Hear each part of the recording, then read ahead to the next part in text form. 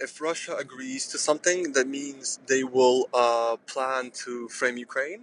I think that this may lead to Russia actually withdrawing some of its troops from the nuclear power plant, and that's going to be a good thing. And even if Russia will blame Ukraine for the hostilities around the plant, the fact that they are letting the international community to observe what's happening at this particular site is very, very promising. Let's head to Ukraine. Another day of important developments with a standoff between Russia and Ukraine after the death of one of Vladimir Putin's allies' daughters. Let's speak to Oleksiy Sorokin, who is the political editor from Kiev Independent and joins us from Kiev tonight. Good evening. Good evening. Ukraine said they had no hand in the death of Dryad Dugani. Russia said that they did. The standoff continues. Well, it's shocking news that Russia solved a complicated murder case in less than 48 hours.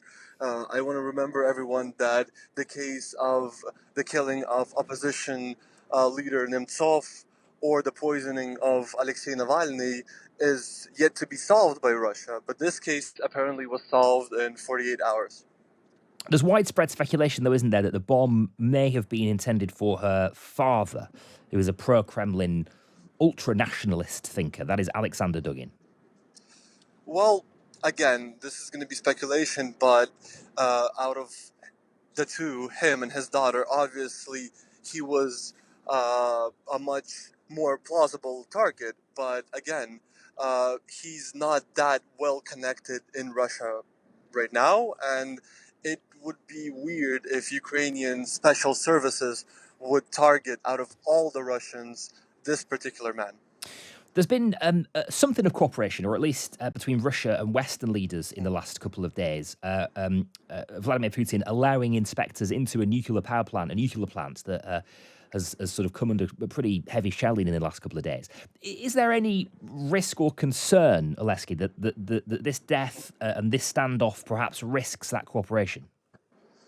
Well, I think what the FSB and Russia is doing now is that they're trying to frame the Azov battalion in the wake of a possible show trial against those Ukrainian defenders who were captured in Mariupol.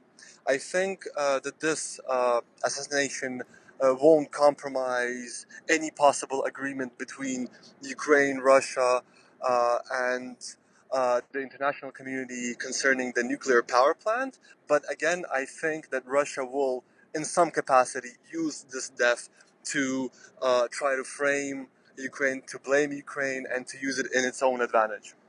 The military power plant will have a safety inspection, effectively, in the next couple of days after that agreement between Russia and Western leaders. How do you expect that to play out? What do you expect they will find? Well, again, if Russia agrees to something, that means they will plan to frame Ukraine.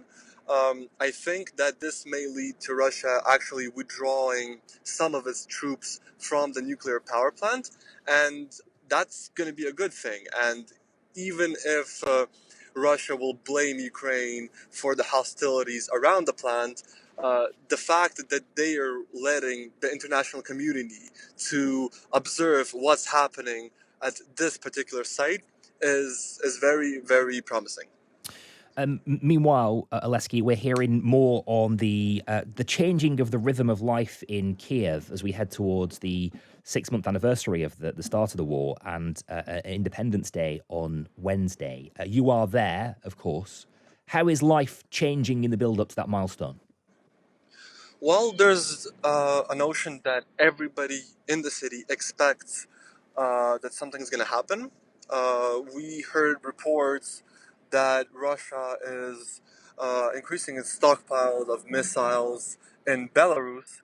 And I think that many people in Ukrainian government and people on the streets expect that Russia will present its so-called gifts for Ukraine on the 23rd and 24th of August. And by gifts, what do they mean? Uh, I hope I'm wrong, but we expect multiple sites in Ukraine to be bombed. And I know a lot of people in Ukraine, especially those who have children, who are leaving big cities like Kiev, like Lviv, like Dnipro, going into the countryside just in case. And that's pretty frightening because the last time people on the streets expected something bad to happen, Russia launched its full-scale invasion. We've also seen images in the last couple of days, Oleksiy, of Russian tanks in Kiev and them being basically held up by people, not even those sort of in the trenches fighting, but very casually dressed, people who don't look like they're at war.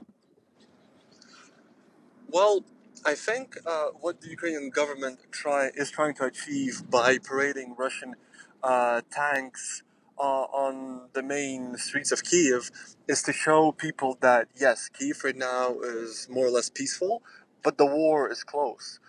Ukrainians are dying. Only today, Valery Zaluzhny, commander-in-chief of the Ukrainian armed forces, said that around 9,000 Ukrainian soldiers were already killed. And this is meant to show that the war is here, the war is here to stay, and the Ukrainians can't be relaxed, can't be reluctant, and always have to support their armed forces and look for their safety. As we say, Oleksiy, it's 6 months on Wednesday, on Independence Day, that the war in Ukraine broke out. It's been a long, hard, exhausting 6 months. How are you? We all need a break, and I think as a lot of Ukrainian journalists and those who are actively following the war will also need professional help after this is over.